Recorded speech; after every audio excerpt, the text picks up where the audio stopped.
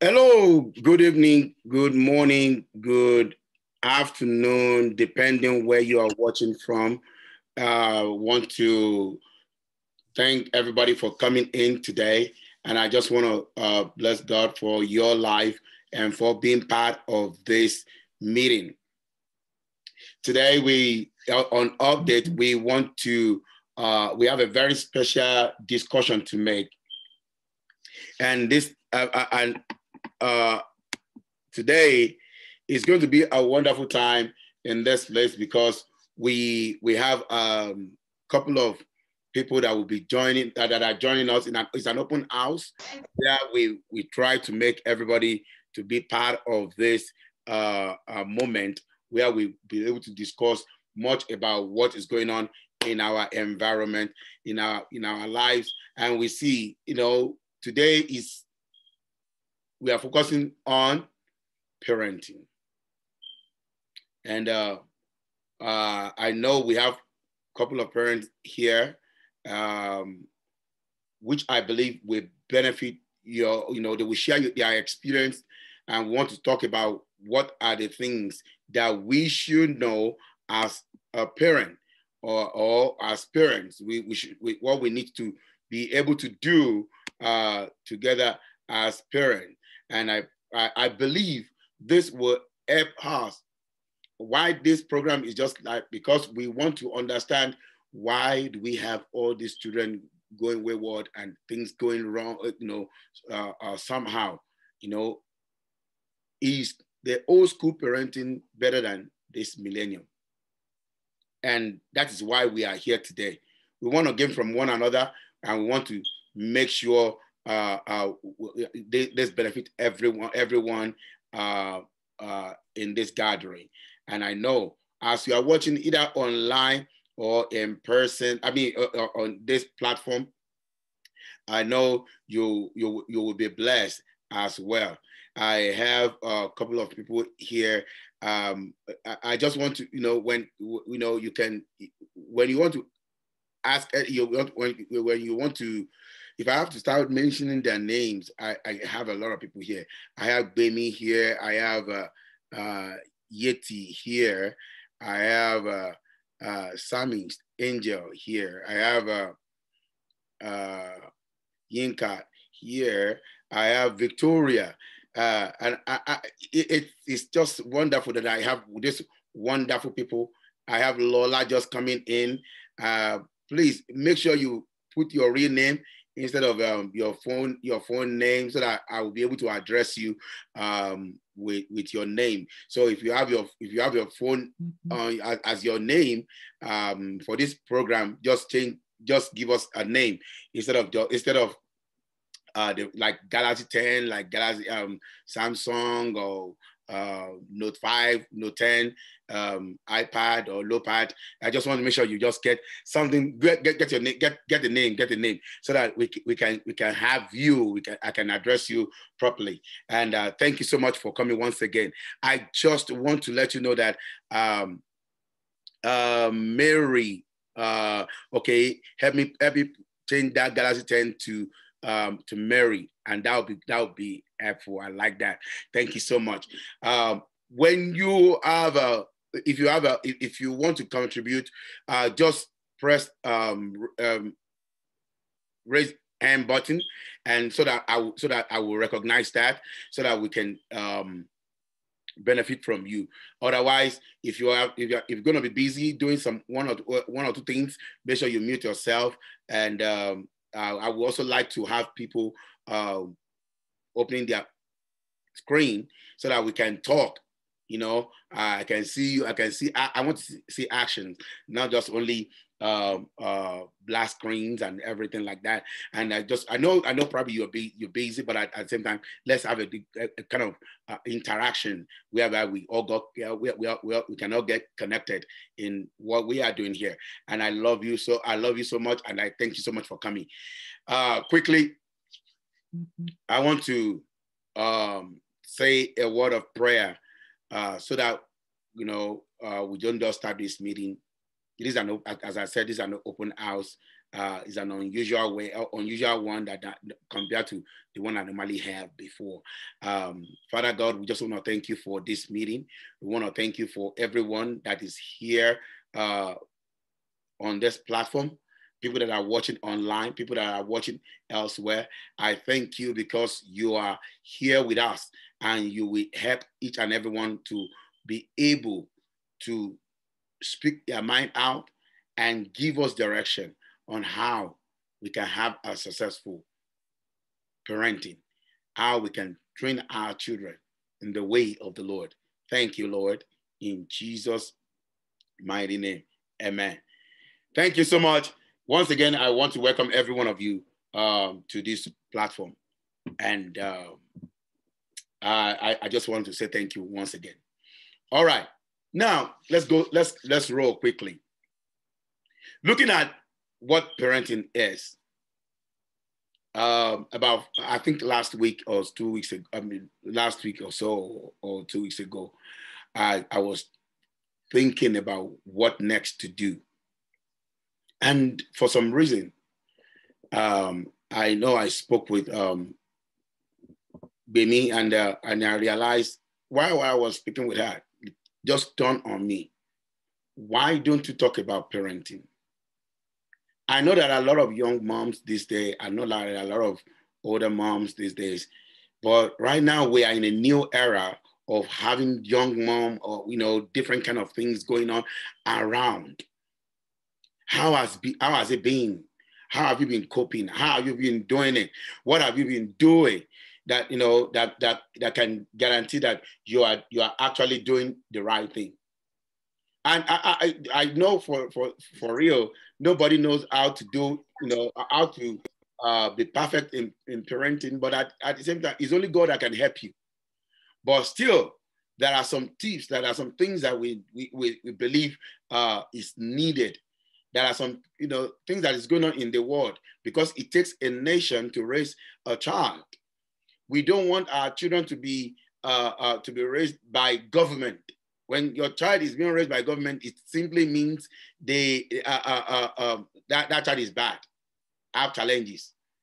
And before you know it, some students are, their life has been messed up completely based on the way things are done in their life. So I want to ask you, which one will you prefer as a means of parenting, or your own idea? Let's just start from you as a person.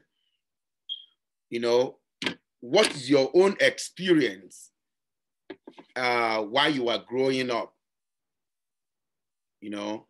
What will you say about your own childhood under your parent? What are the things that you see, that you feel shouldn't be or should be, or that have helped you, or that kind of contribute somehow to your life that you think should be taken away from the aspect of parenting? Yeah, let me see if I can start from Dr. Sylvia Ofori. Sahini. Yes, because that's what I'm saying here. Okay.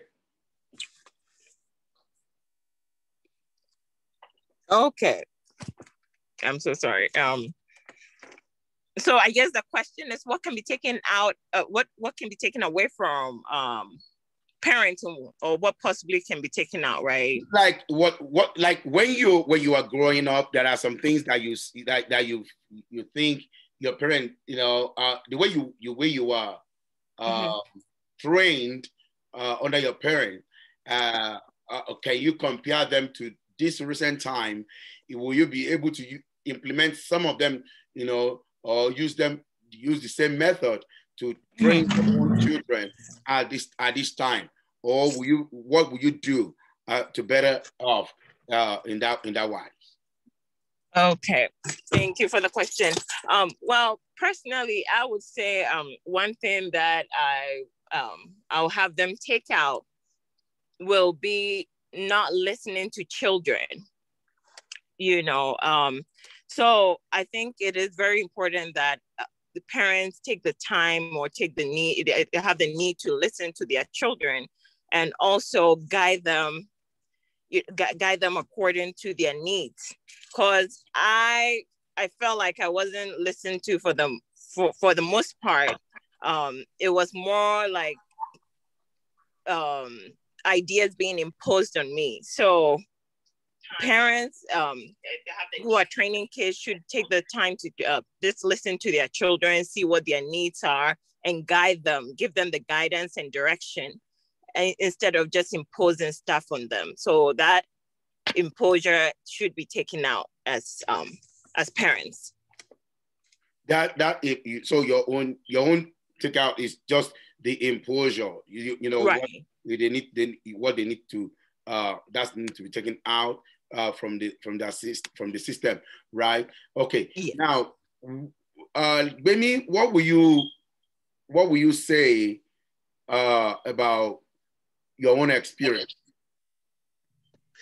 For me personally, I'd say it's important for parents to have quality time with their children, because I think at some point, living in Greece, it was a thing that my parents had to go to work, and it was a time that we didn't have that much time that would spend together at some point in life. So it was more of a thing that I would go to work, I'd see them or follow them to work, and we'll not have that time.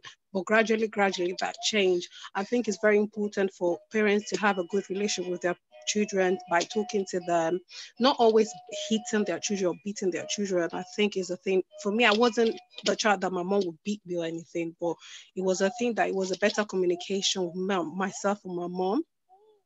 But it's definitely spending time with your children is very important. So you know where your children are, they can talk to you. They are not like lying to you, for example, saying that, you know, they are doing something that they're not supposed to do. If you have a good relationship with your children, they'll come to you and speak to you about everything. Okay. Yeah, that sounds good, and I think it's one of those things that I believe we will also look into. For the benefit of everyone on this platform, once again, please, if you are not speaking, make sure, or you are in a place, make sure you mute yourself out so that it will not interrupt our discussion. And I thank you for listening to that. And now, to everyone, let me ask you this: do you think old school parenting is efficient than this millennial parenting? Does anybody feel old school parenting is kind of efficient to millennial parenting? Anybody want to respond to that? Because you can raise your hand. Let me know if you would like to respond to that. I just want to say that the old school parenting, in what I mean by old school parenting, there are things that they did during that time, and it's just what they know to do at that time. Some of the things that they would tell you, oh, don't do this one. Not particular reason for that. For not, you can't ask question why you should not do it. If you ask, they will tell you, just don't do it. And that is final. So either you like it or you don't like it. But the millennial will say, well, don't do it. And they will tell you why. And you want to say, where I want, because you have to explain this, you have to explain from A to Z why you have to. So let me put this put this question again to maybe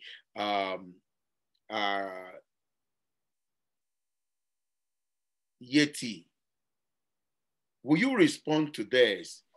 Do you feel that old school way of training children is better than what we have right now? Hi. So I would say To an extent, it is, not entirely.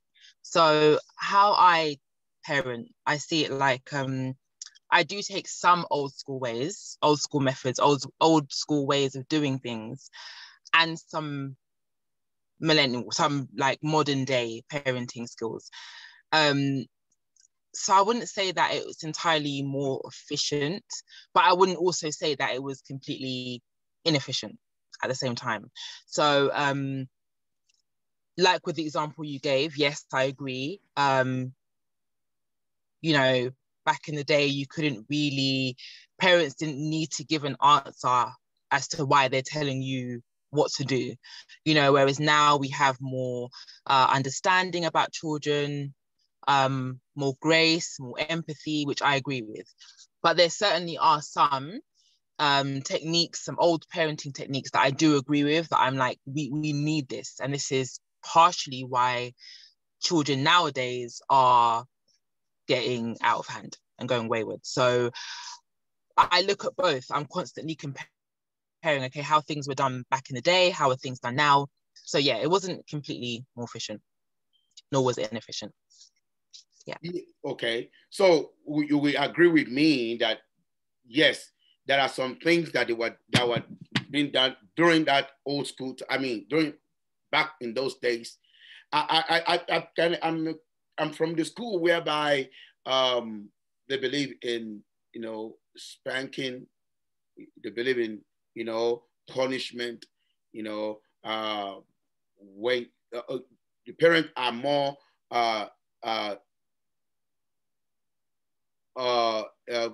dictatorship, you know, like a dictatorship kind of, they give order. You just have to follow. So that's what they have. And one of the things that I see in that place is just like they have to, you have to listen, whether you like it or not. You just have to listen, and through that, it's kind of not really make things work for them. Now, in my own opinion, I would say it has good. The good part of it is just that it makes parents to be in control of everything. They want to control everything. They want to tell you what you need to do, and right there, you have the fear of what can happen. You don't just mingle yourself with anybody around you. So you have people that comes around. Your parents say, "Oh, my mom, my dad would not." You have to seek permission for everything. You can't just take decision for yourself without asking for permission. That's one of the things that I see there. And up to now, some of the older ones, you will see that if your parents should say something right now, if you are part of the whole school, children, now, if your parents should say something right now, they don't have to be there. You just have to hear that voice. Stop what you are doing. I don't want you to do that. For some reason, you will listen. How many of you will agree with me on that?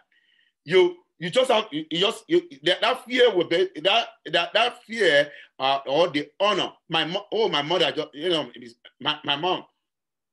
I can't do this because my mom will talk.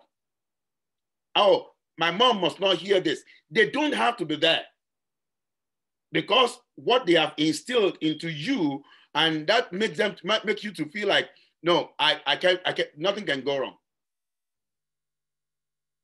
If you are doing something wrong right now, and somebody said, if the only person that I call, let me just say, your husband said, I just need to call your mom, and they call your mom, and your mom said, whatever I don't know whatever that thing is, but right now I just need you to stop.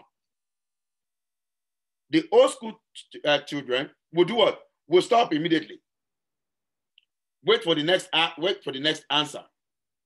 Either right or wrong, you first of all stop. Well, it might be good, but these days you will say, what? I'm not gonna listen to anybody. I have to just do me. Let everybody do their own. I do my own. That's just one of those things. So that's the conflict that I see going on in this new generation thing. Then the second thing that I see there is just like you are not the only side, another side effect that I see there is just like you are not in control. It makes you to not be able to make up your mind to be able to do something for yourself, because everything has to be decided for you at every time. I get what I'm saying now. So that means makes us fight back and make some people to rebel and make them not to be able to listen. Now, the children of these days, if we develop a very good approach, we have a chance of actually being able to get the same result, rather than being autocratic or autocratic about a matter, or you are just only the one making decision for me. I get what I'm saying now. So that's one thing that I say about old school parenting and millennial parenting, and as in the old school parenting will just tell you what they want, and that's have to stand like that. I want to ask Mary, even though I can see Galveston, but Mary, what will be your own response to old school parenting and millennial? Sorry, hi everyone. I wouldn't. Unfortunately, I wasn't raised like that, and I don't really have a response to that, because I was a very resistant child right from a young age. And the weirdest thing is that you'll find that a lot of kids from a very young age have a strong personality, and I was one of them. I was a child that you can't force to do what. Like, if you tell me to do something, I'll do the total opposite. And I've been like that, even though I was raised in Nigeria, I've always been like that. And I've just been very rebellious. So I was more the sort of person you had to reason with, even though I wasn't born in a millennium. I behaved more like a millennium child, whereby you have to talk to me and reason with me from a very young age before I can do what you tell me to do. I'm not one that you would just say, oh, do this. And if I don't see reason in what you're saying, I just don't do it. In saying that, there are certain things that, like, for example, looking after your siblings, or maybe when your parents tell you, oh, I'm leaving you at home by yourself, don't open the door for anyone, that you do, because obviously your mom will tell you, oh, if you open the door, they can kidnap you and they will take you away from me and blah, blah, blah, blah, blah. That kind of a thing you listen to. But when it came to certain aspects of discipline, unless I saw reasoning in it, I just don't follow suit, if that made sense. Yes. Yeah, I don't know if that makes sense. Yeah, it does. Yeah, yes, I agree. Yinka, what will be your response? I think for me, I'm trying to start my video, but I have to go back to my settings, so sorry.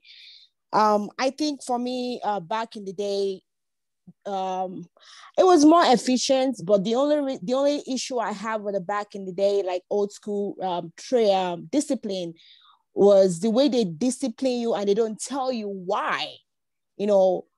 Like you said, this generation, they ask you why, why should I do this, or why are you doing this to me? Back then, they don't tell you, they just spank you, or they just, don't let me even use the word spank, they beat you, and they don't even tell you why, or they don't tell they don't really correct you. They just, to them it was just beating.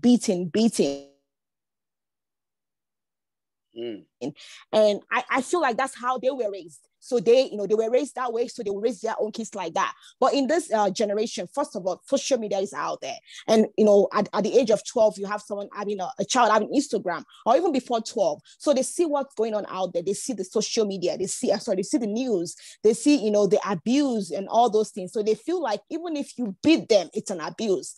And, and it's not really an abuse, but there's a thin line between an abuse and discipline a child. So I think for me, if you want to discipline your child in this generation, you want to tell them why you're doing it, compared to back in the day that they don't tell you anything. They just spank you they just beat you for no reason. So I think that's one of the, it's more of communication. Yes. Thank you so much. I really like that. And so, you know, whereby they beat you and you can't have it. But there is a kind of, because of my question is just like, I want to ask that question saying,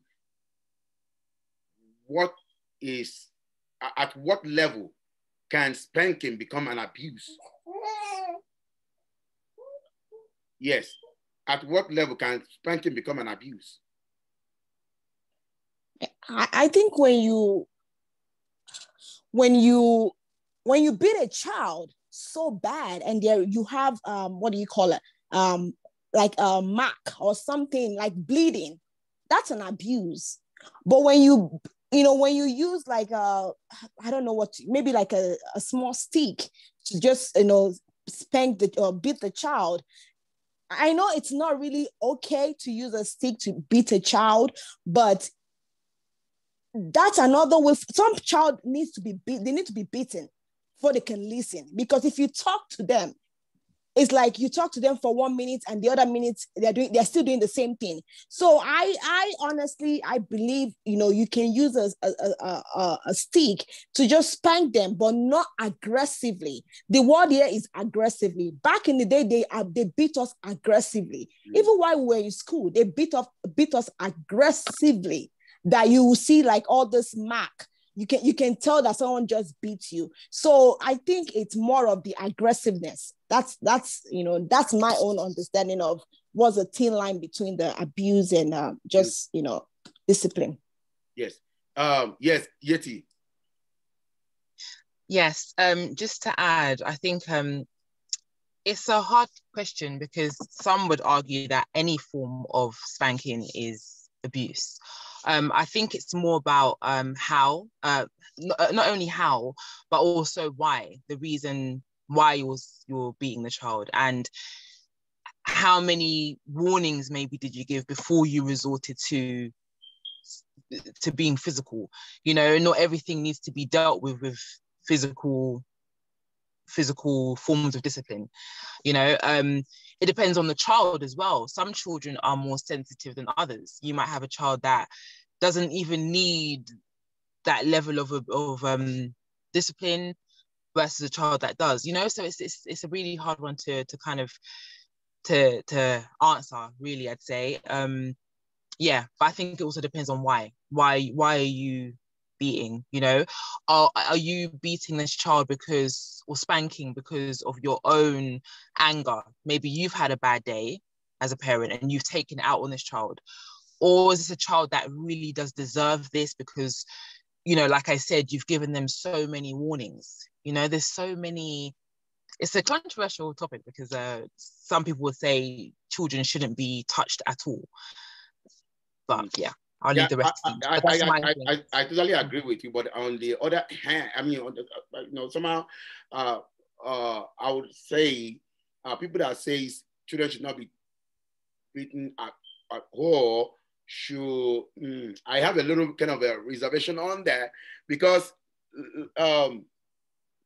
some people believe instead of beating a child should be talked to.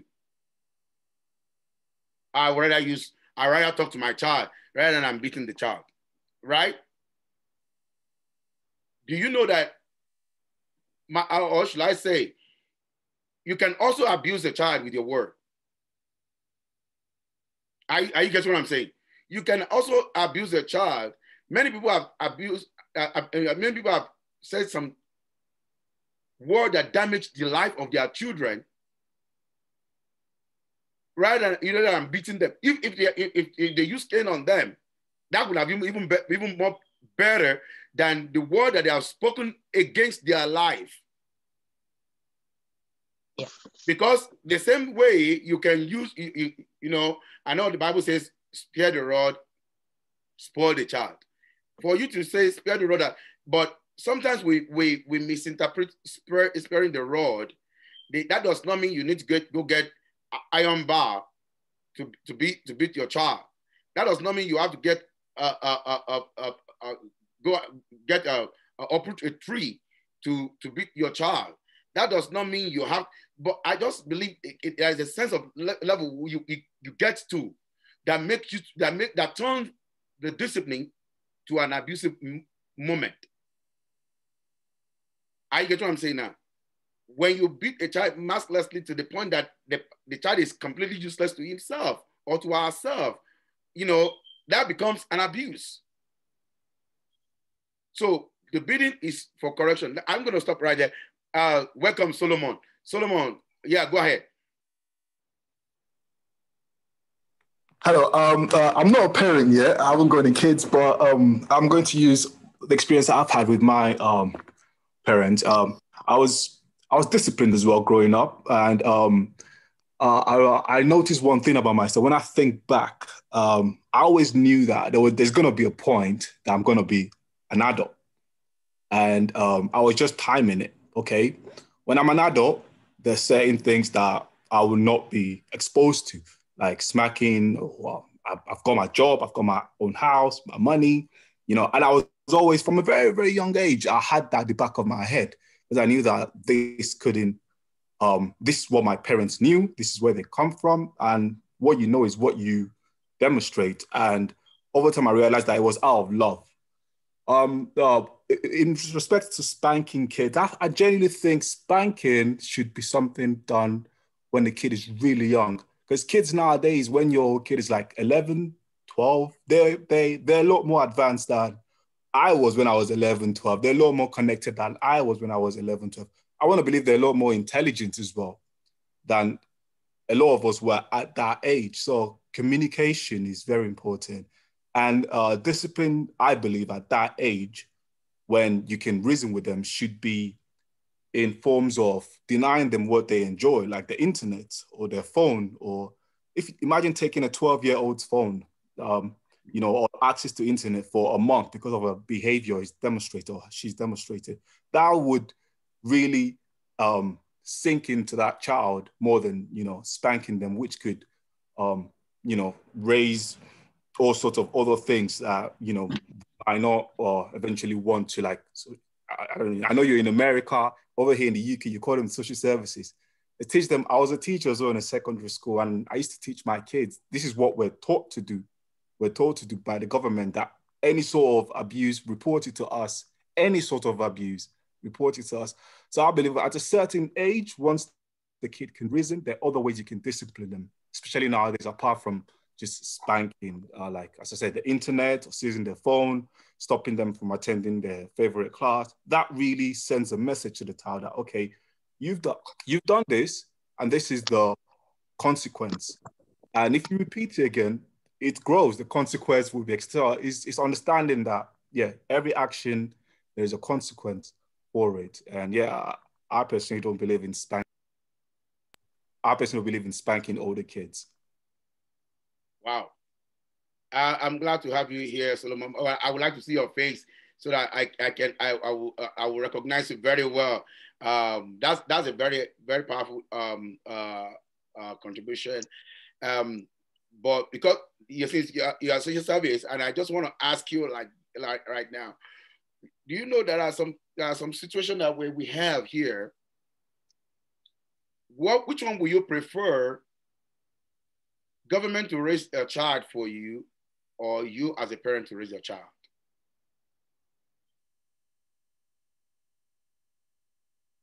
Yes. I'm still going back to Solomon. So if you are still there. Yes, sir. I'm just trying to put my webcam on. Just give me a moment. Okay. Yeah. Anybody? While Solomon is getting ready, anybody? Let me check with Olu. Yes. Is Olu? Can you just turn your camera on? Please, everybody, turn your camera on so that I can see your face. That we will be able to talk more. So, which one will you prefer? Government to raise a child. Thank you so much. This is not a young man anymore.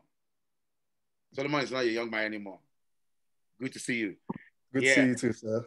Yeah. So, wait, for government to raise a child, or parents to actually raise their children, which one is better? Parents, of course. Parents, of course. You know, over here in London, you can see I'm not trying to talk down on social services, but you can see the long-term effect it has. Kids that go through the social system, a lot of them tend to struggle in adult life. A lot of them have not experienced that parental love. And yeah, it's different when you have your parents and they're fully involved in your life. That's the best way to grow a child, definitely. That's my opinion, personally. Yeah. So here, I like the way we are talking about it, because I won't blame some of our parents for doing what they did during that own time, because that's what they know best.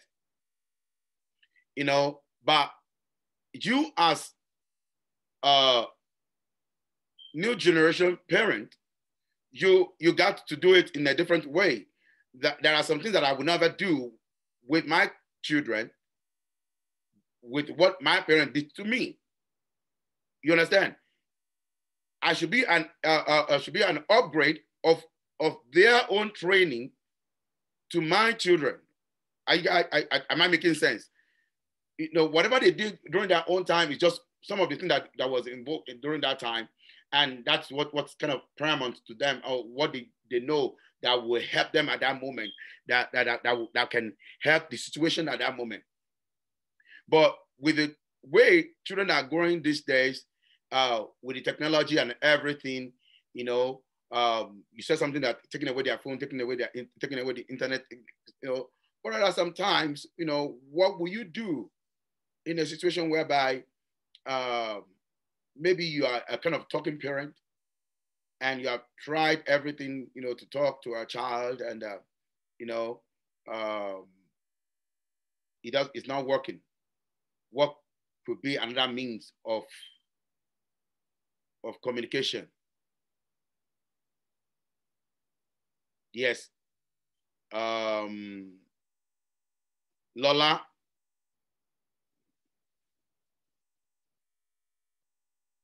Yeah, if Lola is not ready, Yinka, go ahead. I think for me, okay, I'm going to use my example. My son is still very young. He's 3 years old. And I know, I don't know about other countries, but I know here in America, some of these kids, they fear their teachers. They respect their teachers more than their parents. That's sad, but that's the truth. So I would just, I kind of like scare my son. I would say, hey, if you don't behave, I'll call your teacher. I'll call Miss Didi. I'll do this. Or I would say, okay, you know what?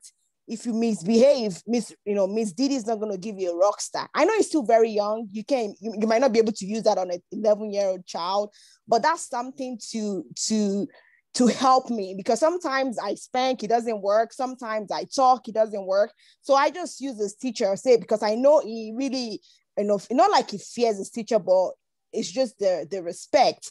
And I'm not saying he doesn't respect me, but I just feel like that's just more, they feel like their teacher is more than, they give them a rock star, they give them this, they reinforce them. That's the word to use. So I think that's how I do it. If I've tried everything, it doesn't work, I just call the teacher's name. I know it's just for a while. It's not going to be a permanent thing, but that's one thing I tell my son. Yes. I totally I agree with that too as well. So you got to get to a place whereby you must know, develop a kind of way, what will get your child, what get your child's attention. You get what I'm saying now? Solomon said something about, taking out the that could get a child's attention. But one thing I also want to add to that, with what you guys said and what you Solomon said, get them young. Are you getting what I'm saying now?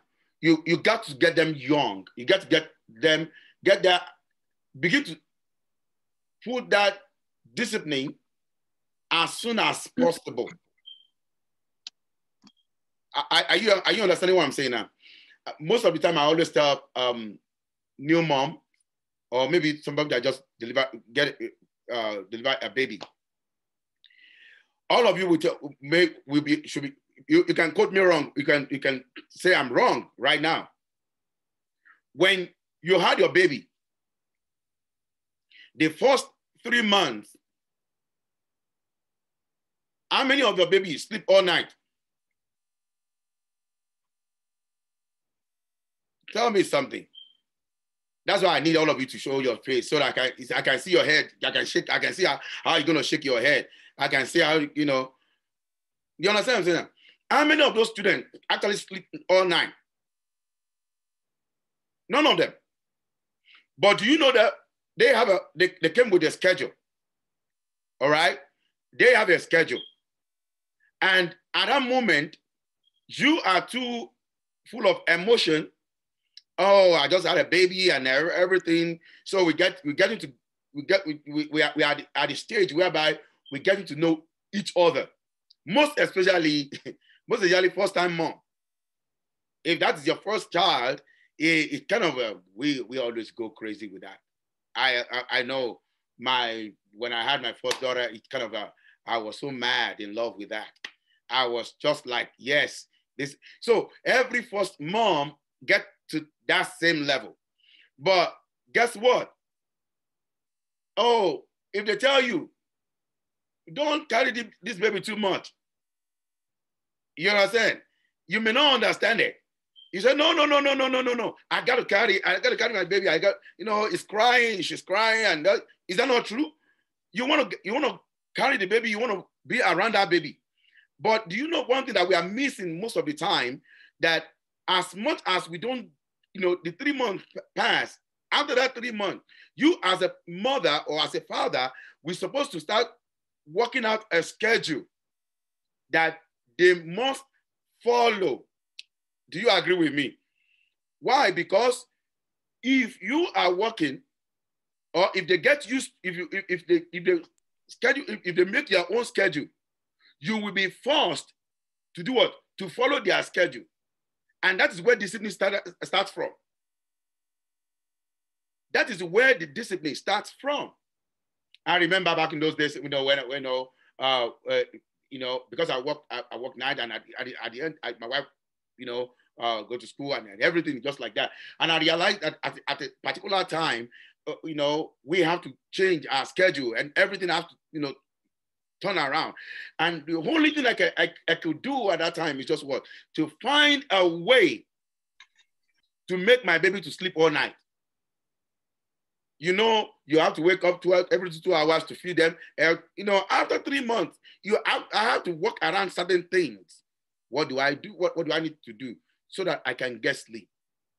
If you don't get enough sleep, or you get to a place you become nagging about that same child. You are stressed out. And the only way I could do that is just start playing music for them. And that's why today I'm not so surprised all my children are also into music. So I wouldn't be surprised about that. So I will play music. They will listen to music. I'll play with them, very soft music, for them.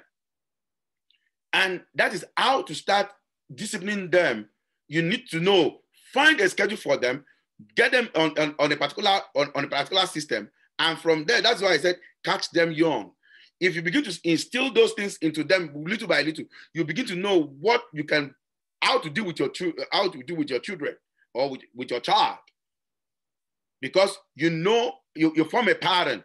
When you say something, your child will understand. But many people want to wait until they are 6. By then you're already too late.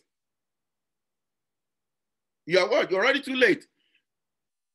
You want to get to a place whereby you have a pattern that you will use, because when the student gets to school, what they see at home is what they want to practice in school too as well, and it might not be the same way. I get what I'm saying now. So yeah, a child that want to take everything to himself or to ourselves at home. We get to school and want to practice the same thing, and want to take other people's toys and other children's toys as well. Everything has to center on him or her alone, and it's not like that. Anything to fight against that will get them into trouble. So what do we need to do as a parent? You must find a way, find a tone for your child, and that's why I have problem about people finding it difficult to discipline their children. People finding it difficult to discipline their children because the child you do not discipline today will become a problem in the society tomorrow.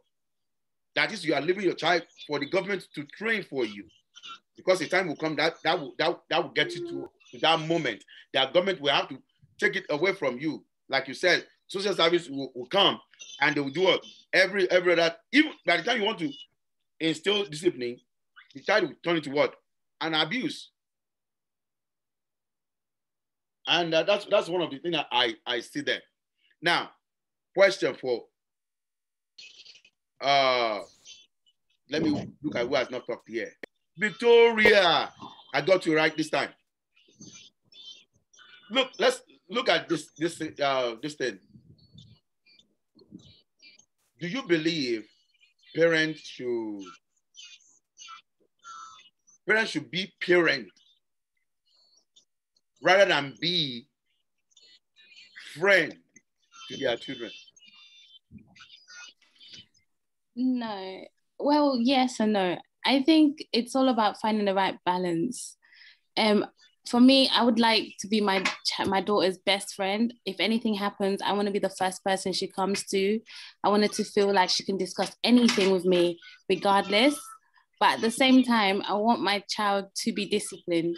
I want my child to go out into the world and be respected by others. I want people to see her as a well-behaved child. So I'm not opposed to olden day parenting.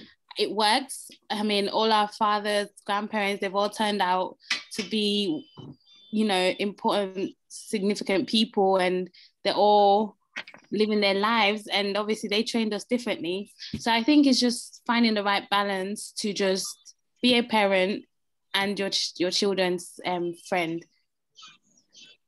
Thank you so much. I like that. I like that contribution. Emanuela. All right. What would be your own contribution about that? I need you to turn your camera on so that I can see your face.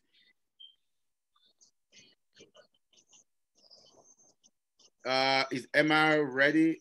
Okay. What? Who is I think I saw Beams. All right. Let me hear from Sylvia.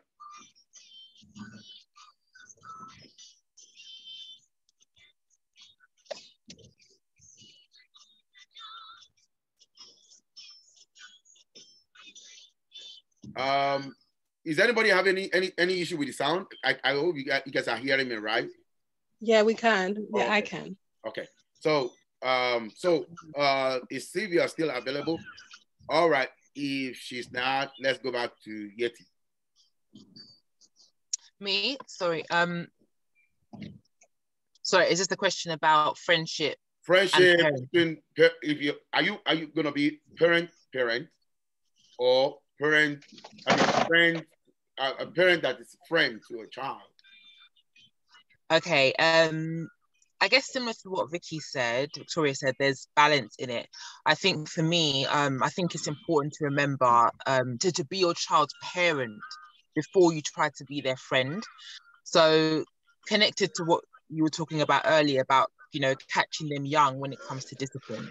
I think that in every season of a child's life, as your child grows and goes through different developmental stages, there's different phases also to parenting. So there's a time to focus on friendship, you know, but I think in the younger years, if you're too busy trying to be your child's friend, then you will miss out on, you know, or mess up on the discipline aspect, the training, the coaching, and those things are important. So my child's still young, so I'm not trying to be his friend, you know. Yes, I'm the cool mum, but I'm not here to befriend you. I'm here to parent you. I have a job to do. So I'm more about that. But I think, and I saw something recently and it kind of broke down the different ages of children and the different stages. And So like similar to what you were saying about having a 3-month-old. So in the beginning, you know, it's about connecting. I believe that bonding and connecting with your baby is important. Then you move on to, so I think it was like discipline, then training, then coaching, and then friendship. It was something like that. It was so good. But yeah, it's kind of like the phases that you go through. So yeah, to answer your question, I think parent first, you know, you have a job to do. But I think parenting done well will result in friendship when they're older. You know, for me, when my children are 18 plus, yeah, we can be friends, you know, well, I'm still mum, but you can hang around with me, you can talk to me about anything you want, cool. But, you know, I do make it clear to my child that I'm not your friend. You know, because that's important, you know. But it doesn't mean that I'm not a fun mum, you know. I think we sometimes we fear that when you try to be a child's friend, you're like, oh, they're gonna see me as a disciplinarian and they're not gonna think I'm cool, but I don't think that should be the primary focus. I think the primary focus should be on doing your job, raising your children well. So that's my. I like that. I like that. Maybe what would be your response? I agree with you there because at some point she sent me the leaflet with the information, and I would just add that for me as a child, I went through those stages with my mom especially, and obviously when I grew up, my mom and I became friends that I could talk to you, and if I needed prayer or had things to talk about, I could go back to my mom and speak to her. So that's what I wanted to add. I agree with what Yvette says. Yeah, because in my in some old school system, I remember that some people, they are too afraid to talk to their parents. I wasn't afraid to, like, to be honest, I was a little bit scared to talk to my dad because I knew that my dad, he was tough. Whereas with my mom, it was easy to speak to her and say things to her. But then growing up, I think when I turned 18, 19, it was much easier to speak to my dad and say things to him like, oh, dad, I don't agree with this or that. For example, when I went to uni, I wanted to study business and management. And we had an argument like, oh, no, why do you want to do business and management? Do this, this, this. And I was like, no, daddy, I don't want to do that because I don't feel that that's my own calling or that's what I wanted to do. When I spoke to my mom, she just then said that, let's pray about it. And it's like, oh, if that's what you really want to do, go for it. I think as parents, like as you're growing with your children, you should understand who your child is very important. And I think something we, like maybe the African community sometimes do that is a mistake is they don't know who their children are, whether it's education, like telling your child to be a doctor or engineer or something without knowing, okay, is this person, does this person love that subject? Or also, is it a thing that, does this person have the grades for it as well? People just push you to do this or do that, and you end up with people that hate their jobs or things like that. So that's what I would say. Like for me, I think as a parent, be a good parent to your child as they're developing. You be friends, obviously over 18 or 20, I don't know. But just make sure you're there for your children, that they can speak to you, because nowadays it's so easy to talk to strangers. Like people are there to give you bad advice. So it's better for you to speak to your children, get to know your children, have quality time with your children. That's what I would say. And let them know the word of God. That's one important thing. Teach them the word of God from a young age. For me as a child, my mom and I used to have Bible studies as little as I think 6, 7. So we used to have like Bible studies and we'd do little, okay. And also as well as church did helped me as well with my own Christian journey. Obviously, our church in Greece was really tough. Like we had the spanking and all that, but I'm happy that we learned and had our own personal journey. So when I came to the UK, I knew, okay, I have learned so much from my young age that it kind of helped my life. Yeah. So you see, that's one of those things that I want to ask. I know sometimes people will say, must we all be like doctor now, I mean, engineer or something like that. You know, because back in those days, the parents will have to decide for you what you will do, even if you are not, even if you are not, if you don't, even if you don't like that, if you have passion for something different. So I love when you touch that and say, yes, parents need to know the capacity of their children and be able to trust them.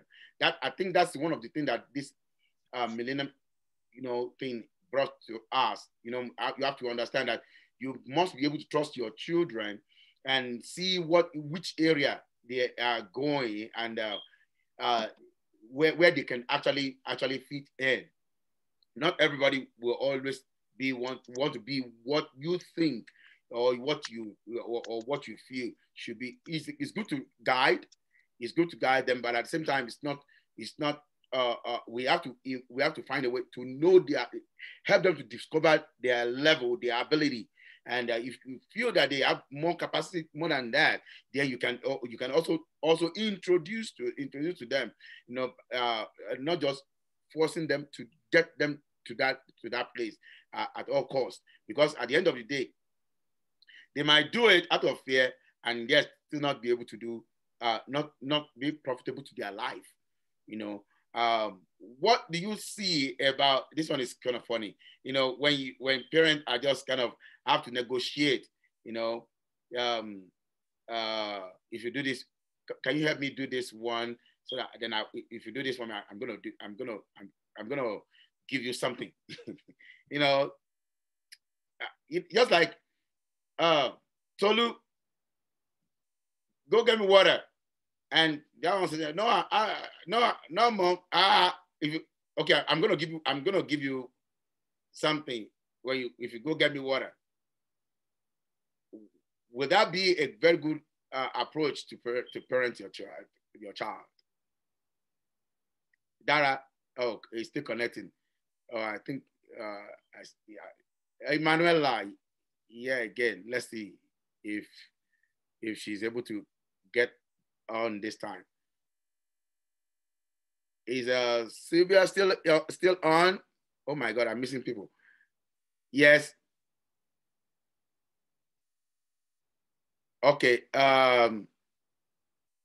Oluwa Yosh. Oh, he's gone. All right.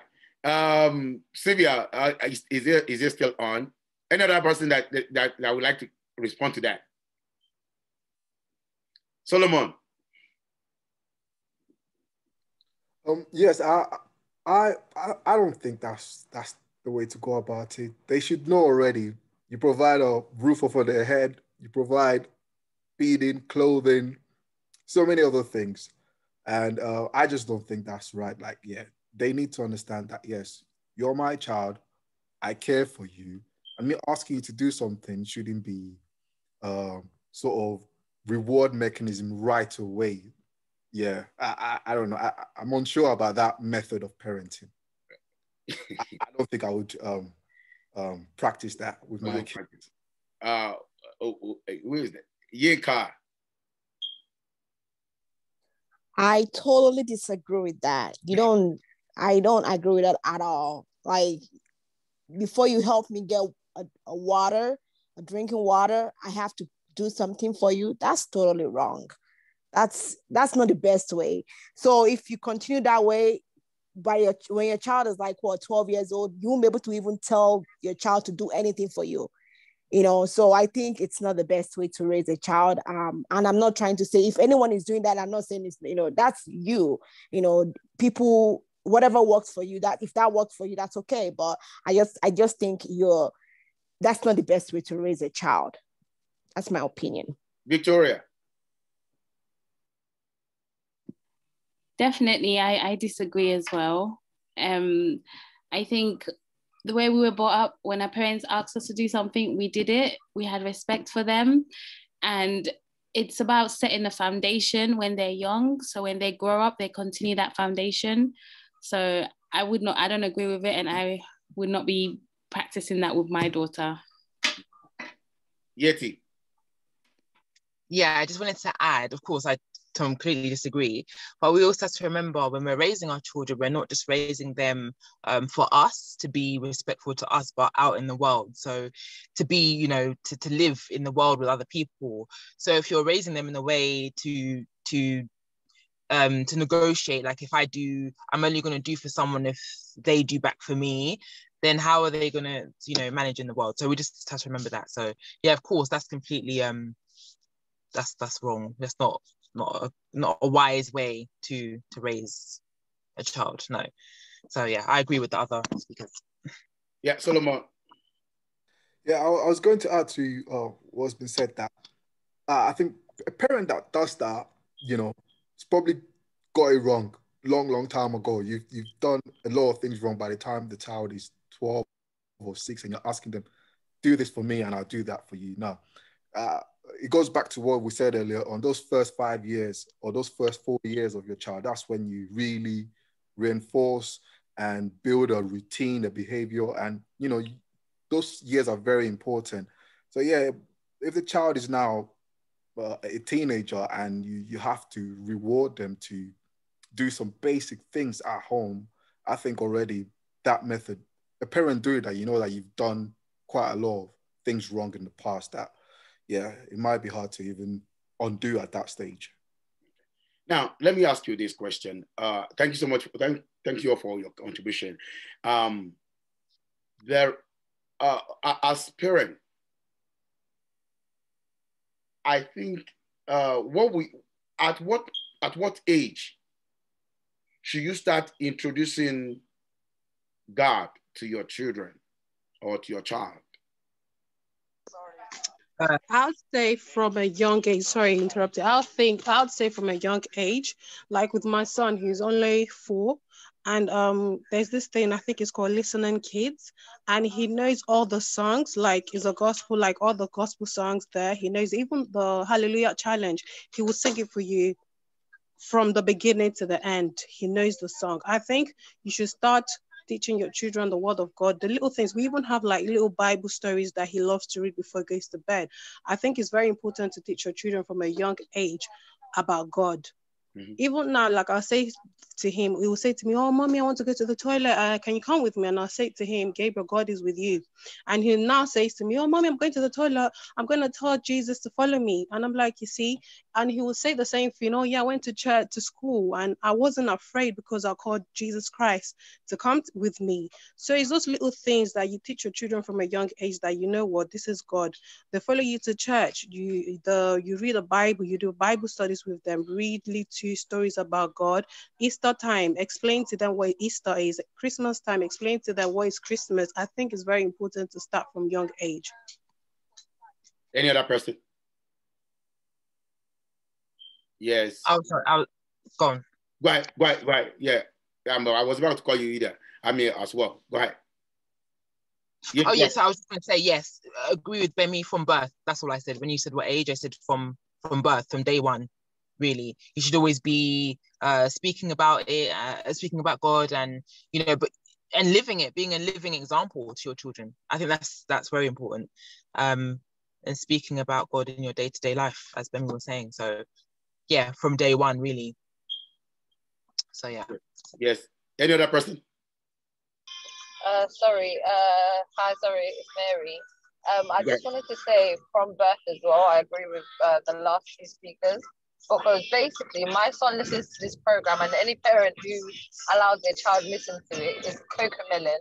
And my son seems to be slightly addicted to it at the moment, that even at times, so my son is about, 6 months at the moment, roughly about that age, but when I need to get him to wake up and he's not settling and he's like half asleep or half awake, the moment he literally hears the intro, Cocomelon, he will literally wake up with the biggest smile on his face.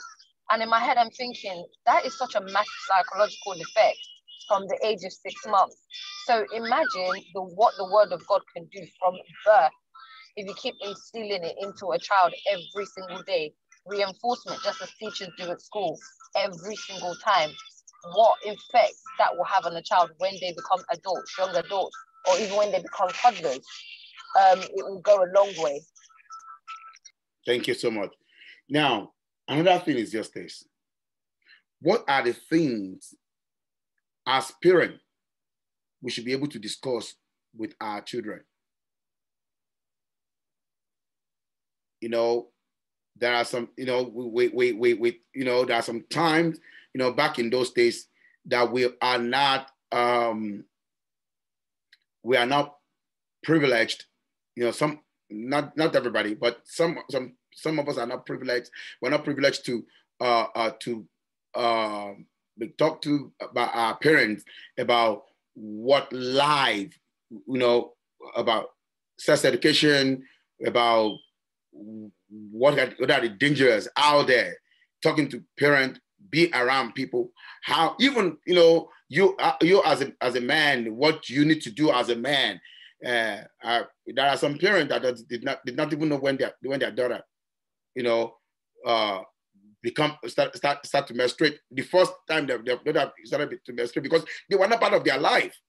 They are just absent moms or absent dad or what, just like that. They are just all over the place. All what they can always tell them, just don't come with pregnancy. Don't come with this one. Don't stay around boys. Don't stay around all this one. But sometimes it's not like that. So at what point, you know, or should I just supposed to ask, is it okay for us to talk to our children, you know, about all those things, you know, and the implications?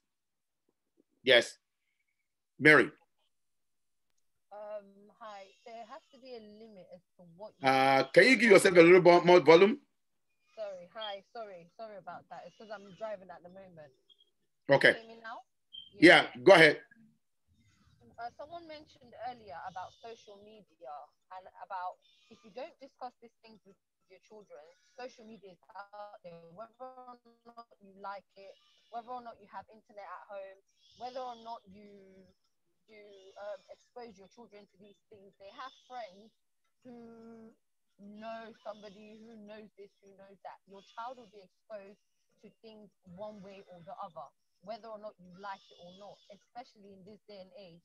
You have to be able to speak to your children about anything and everything. But in saying that, you also have to be able to speak it in the language that they can understand, as opposed to being grown up about it and making certain things acceptable for them.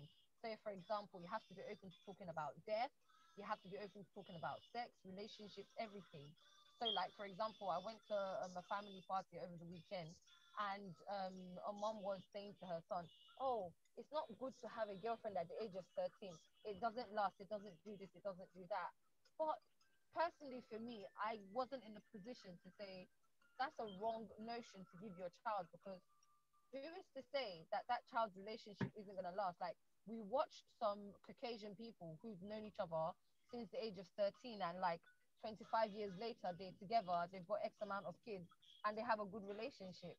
But it's like giving your children that notion of, no, it's not going to work, because you've overcomplicated things, as opposed to guiding them and talking them through, okay, these are your options, if that makes sense.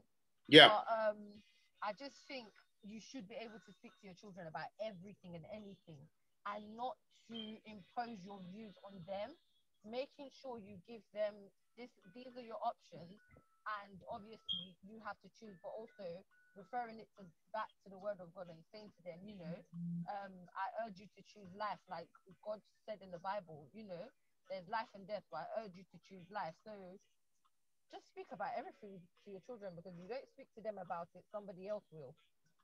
And thank you, Mary. Be a stranger. Thank you, Mary. Oluwa Yosh, what would just be your response? If you can unmute yourself. Okay, hello guys, good evening from this side. Well, my contribution about this sensitive issue is parents should acknowledge their children, their words with sensitive discussions. I mean, talking about bullying, talking about sex education, talking about intimate, discussions. Like my growing up now, we lack those things then. Reason being that our parents, they are this scary type. I'm not a stereotype like that, but they are strict in their doings. So we find it difficult to relate to them easily. By the time I got my first girlfriend, then I couldn't imagine I can walk up to my dad or my mom and tell them that, please, mom, dad, I have a girlfriend, or I want to have a girlfriend. African wise is like you are going against the norms and values, considering the fact that I came from a pastoral background. So many things being said and done from henceforth, but from my own perspective, we need to just give the balance in how to contribute, discuss, what I call it, negotiate with the children because they have a lot to say. Thank you. Yeah, thank you. Yinka. Then after that, Solomon should get ready. I don't know if Sylvia is still available. I just want to hear from all those people that I've not talked for a while. Welcome, team. Also, Emma, welcome back. Yes, Yinka, go ahead. I think for me, for you to, sir? We can't see you again. I think for me, I want to start by saying you want, for your child to be comfortable to talk to you about those things, you have to make yourself available. If you are not available, social media is available for them. Their friends are available for them. So you want to be available for your child. I think the issue with Africans is we have, we are busy. We have different schedules. You have some people and they have 2 jobs, 3 jobs. So right there, you are not available for your child to come to you to talk to you about all those things, about sex, life, about, whatever it is. So you want to make sure you make yourself available when you and your husband, or your spouse, you plan on having a kid. You want to make sure you talk about all those things. Am I going to quit working, or am I going to just, get just one job or whatever it is or one would do day shift and one would then do night shift, just to make your kids, just to make yourself available for your kids to come talk to you about anything. That's what I see mostly about, African communities, about availability. Thank you. Yes. Solomon, then Yeti. Yeah, I think it's important you start really early. And we all know now, especially in the West, we all live in Western countries. There's an agenda for gender neutrality and all of these things, that our kids get this information from the schools, from the social media. And if they don't have that relationship with you where they can talk to you, they will go with what they're being taught at schools and what is in vogue now. So it's having that openness with them is very important, and letting them know really young that what they see out there, what is in vogue, what is popular, it might be in vogue now, but in 5 years' time, a lot of people that are doing those things now, they'll be the outcasts, or they might be the people that are put aside in society. So letting them know from a very young age that not what you see, not everything you see out there or that is popular is the thing, because time changes. But we know, a lot of us, we're all Christians, we know that what the Bible teaches us, is everlasting. And no matter what is in vogue now or what everyone is doing, there'll be a time that, those people will be there will be the outcast of society. So having that relationship really, really early is important. Letting them know that, yes, what you see out there, what is popular, drugs, or, having multiple partners, or being homosexual, all of those things are not as shiny as they look at first. And there's always, a lot of them come with things that over time people regret. Yeah. But you have to have that relationship with them at a very, very young age where you can have such discussions. Yeah, thank you so much. Yeti. So yes, I was just going to say something similar to what Solomon said, that it starts young. not just expecting your child to just suddenly tell you everything if you haven't built that relationship from young. So yeah, kind of like the parenting friendship discussion we just had. I feel like they'll be your friend and they'll feel like, oh, I can talk to my parents about anything, you know, when the parenting side is done correctly. So yeah, it just starts young basically. Yeah, and being available and bonding with them and connecting with them when they're young, so they feel like there's no harsh judgment. But at the same time, talking about judgment, because I feel like it's easier said than done to say, oh yeah, my child can talk to me about everything, because naturally as humans, we have our own boundaries, we have our own ideas of how things should be. So I think it's just important to, I don't know, like hold space for your child and know that they may not tell you everything that you like and that you're going to hear, you know, and try and have a kind of no judgment zone towards them in a way. But that's, yeah, it's a fine line. It's a fine line, because they may not tell you everything that you're going to like, and they may make decisions that you're not going to like, but that's something that you have to be aware of. But yeah, I agree, they should always feel comfortable to tell you everything, every topic, but knowing that you're going to guide them but not judge. Yeah, that's it. Yes. Team, let's have Timmy or Emma. Anybody, any of them? Yes. Yeah, I'm still missing those two people. All right. Sylvia is still available. All right. Now, when you look at, in my own opinion, what I see in that one, it's just that you have to get to a place whereby you are comfortable talking to your children, and you don't scare them away from you. You just make sure that they are part of your life. You get ready to absorb every shock. They will come with hard word, and if they throw it at you, don't jump out at first, because if you jump at the first word, you will kill the rest of the words, because they just threw one bullet to you, and you almost passed away. They will have to keep the rest of the bullet and just make sure they just shut down from there. If you want them to talk to you, you have to be open to them. Now, don't give quick answer or quick response to some things that happen in their life like that. You know, a child is coming, and even though they're young, and they say, "Oh, can I have boyfriend? Can I have girlfriend?" Yes, it's a question that we, while I was growing, I can't even talk to my dad. I have a boyfriend. I mean, I have a girlfriend. Oh boy.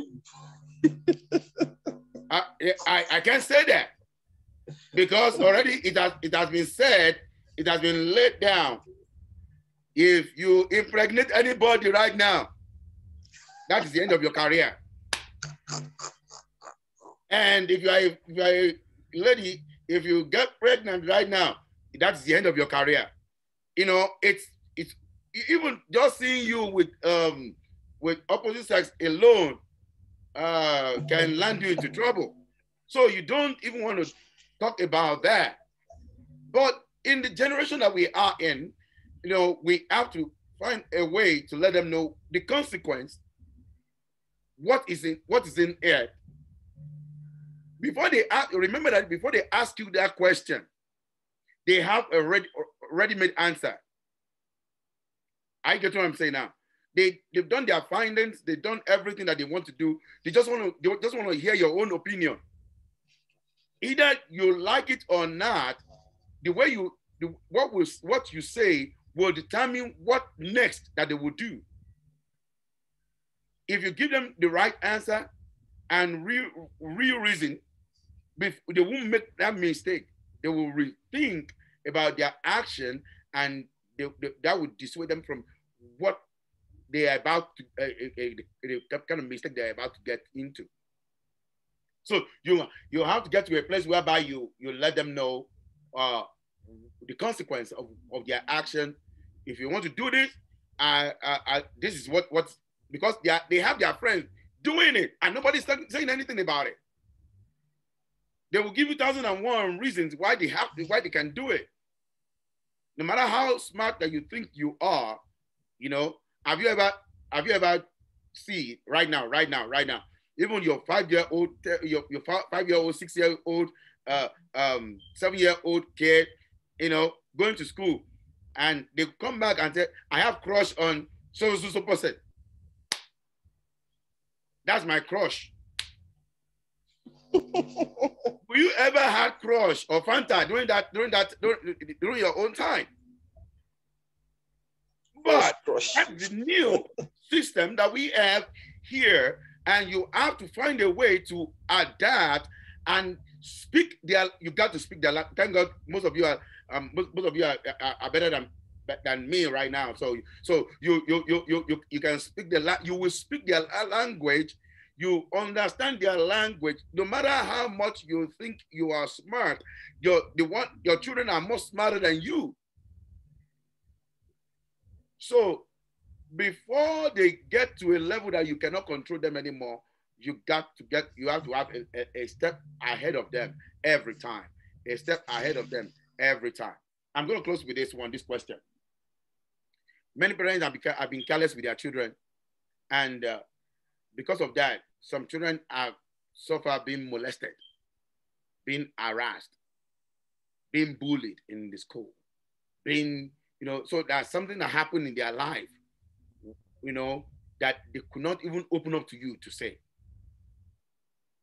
A child being molested and or being harassed, kind of not be able to comfortably tell the parent at home. How will you, as a parent or as a mother or as a father, know when your child has been molested or harassed or bullied, or something is wrong in the life of this child? When will you know? How will you know? And what will be your action? Yes. Let me start with Solomon. Yeah, I think a good parent would notice the change in the behavior of that child right away when such a thing has happened.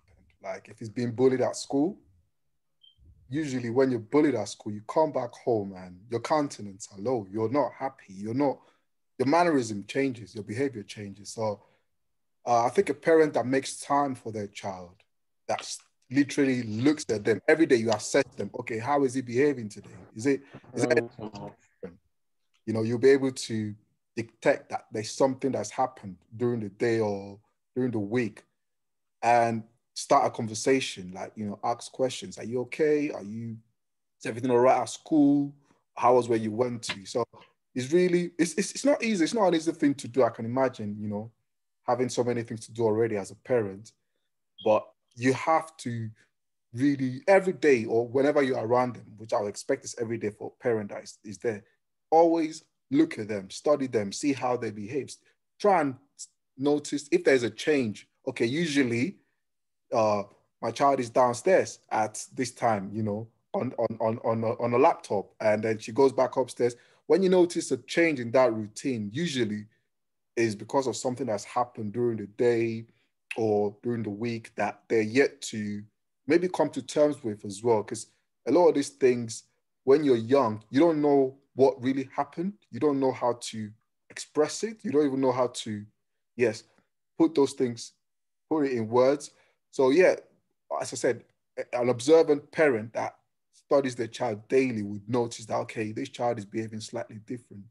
Let me try and start a conversation and see if there's actually anything going on there. Because I went to school. I went to school in Greece, you know, only black child. I was bullied, but I never had that discussion at home with any of my parents. But it's because they were there, they were observant, but as you said, they were very, very busy with doing other things, but they were very, very observant. And I think helping a little bit of observation could have gone a long way. And we as parents now, we need to, as is what you said as well, sir, you need to be always a step ahead. You need to be willing to learn new things. You need to open your mind that, okay, it's not just everything I know about parenting is the end all. Because things, you know, knowledge grows every day. There are new things we need to know as parents. And it's being that one step ahead and being very observant with your kids. Yeah, that's what I think. Thank you so much. Jamie? I personally think it's very important to, like when we set time, I don't think you should just set time. I think we should set quality time. Because, like, for example, a few weeks ago, my son came back and he was pinching. And I was like, okay, he did it one time, he did it second time. Then I was like, okay, something is wrong. So I had to ask him what is going on in school. So, and I said to him, if someone is pinching you at school, speak to the person and say to the person, don't do that again. Or if the person doesn't listen, go to your teacher and report it. Then the following day he came back and he was like, yes, mom, so person did that. Then I was like, you see? So I think, first of all, parents have to think of, okay, you need to have a communication with your child. Like every day, you have to observe what your child does, have a communication. How was school? How was everything? How are you? So you know who your child is. If you don't build that relationship that your child can come to you to talk to you about things, then you will never know. And that's what I would say. Like, and I agree with Solomon, because growing up in Greece, it was a thing that a lot of parents would go to work and neglect, not intentionally, but neglect because they had to go to work, would not pay attention to their children, or they would have, even now people be like, oh, let so person look after your child, or so person and so person, and you don't always know who that so person is, or who that person is having in their houses as well. So we as parents as well have to be careful who we have around our kids as well. As a parent as well, I also think this is when you also have to pray. You pray for your children, you pray for your children's friends, you pray for your children's teachers. You never know who can be the victim, or who is who could be the person that could attack your child or do something to your child. For me, growing up, I knew that my mom would pray for me, she would pray for my friends. I did not understand why she would pray for them. But now that I'm an adult and I have my own kids, I know that, okay, I pray for my children, I pray for everyone that would be around my kids, whether it's teachers, whether it's friends, whether it's a neighbor, whether whoever it is, I pray for you. That's it. That's what I would say. Yinka.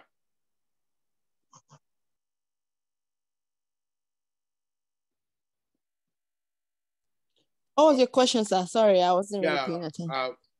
How to be, what parents need to do, how to observe your children from being molested or being abused or being bullied. I think from what Solomon said, I agree with him. You have to be very observant. You have to observe your kids every day. I remember, I think it was towards the end of last year, my son was still going to daycare, and and he likes to go to daycare. He likes to go out. He wants to go play with his friends. And that morning, I know he said, I don't want to go to daycare today. And I'm like, why? All of a sudden, that changed. So I asked him, I said, what's going on? He said, oh, this person, Travers, pushed me or whatever, The next day again, he said the same thing. So what I did, I went ahead and sent an email to the manager of daycare and say, hey, this is what's going on. And they set up a meeting with me to talk to me about it. So, and I think they saw that too, but they just didn't report the situation to me. So I think it's more of, observing your kids. And like what Gbemi said, I believe she said, ask them, how was your day? What did you do today? Just things like that. You just need to communicate to your kids, be observant, and just make them, not everything you have to brush it off. You have to listen to them. You have to always listen to your kids. It doesn't matter if they're 2 years old, they're 3 years old. Sometimes I know kids can make up stories, but also, just still, if it's a constant complaint, you want to take it serious. So that's my own. Thank you. Dara?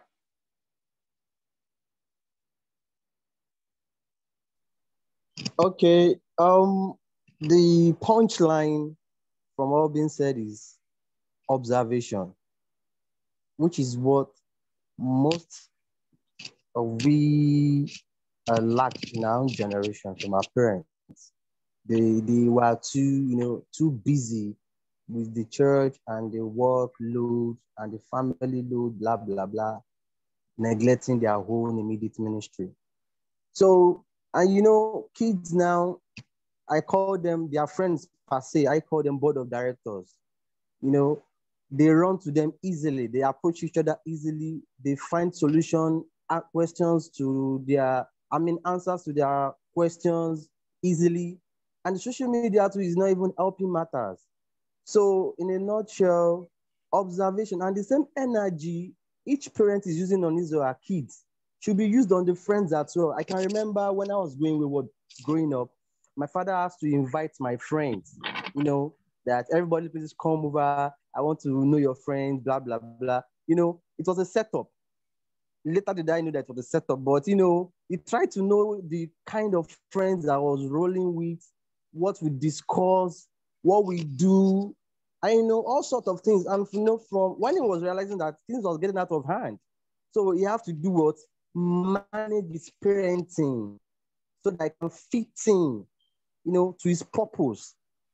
You understand now? So in our generation, we can do better because I believe there's always room for improvement. So all the best. Thank you. Thank you guys so much. I would like to draw the curtain from this discussion right here. I really enjoyed this moment. This is first of its kind of my program on this platform, and I just want to say thank you. As a matter of fact, I want to say more thank you to Bemi, who brought in all these people that I've seen in a long time, and it's good and great to connect with you. I want to thank Stanika, Simenola, Dr. Sylvia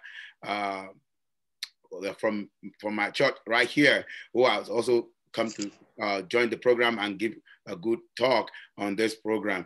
I thank you so much. Also, my little boy right there from Nigeria, Dara, thank you so much for coming, and I pray God will bless all of you. Mary, thank you so much for coming. I didn't get to see your face, but I at least I can see Galaxy 10. But I'm glad to have you, and you gave a very brilliant contribution as well. Thank you so much, Solomon. Thank you for coming. Yeti, who left, thank you so much for coming, and Victoria. I just want to say thank you guys for being part of this meeting. I'm grateful. I'm trying to check this particular name that just came up. Okay, that's Mary. Okay, thank you so much, Mary, for coming. It's nice meeting you. And I want to let you know that by God's grace, at this meeting, next week I will be coming on your way again with another guest. Thank you so much. And for everybody that is watching, please let's go ahead and share this thing with everyone that you have on your platform. Tell them about this thing. It is a very good discussion that will help and benefit families and everyone that will be watching even after. Thank you, and God bless. Remain blessed as we come again next Tuesday on another episode of The Update. God bless you and have a wonderful God bless you. In Jesus' name. Bye. Amen. Bye for now. Amen.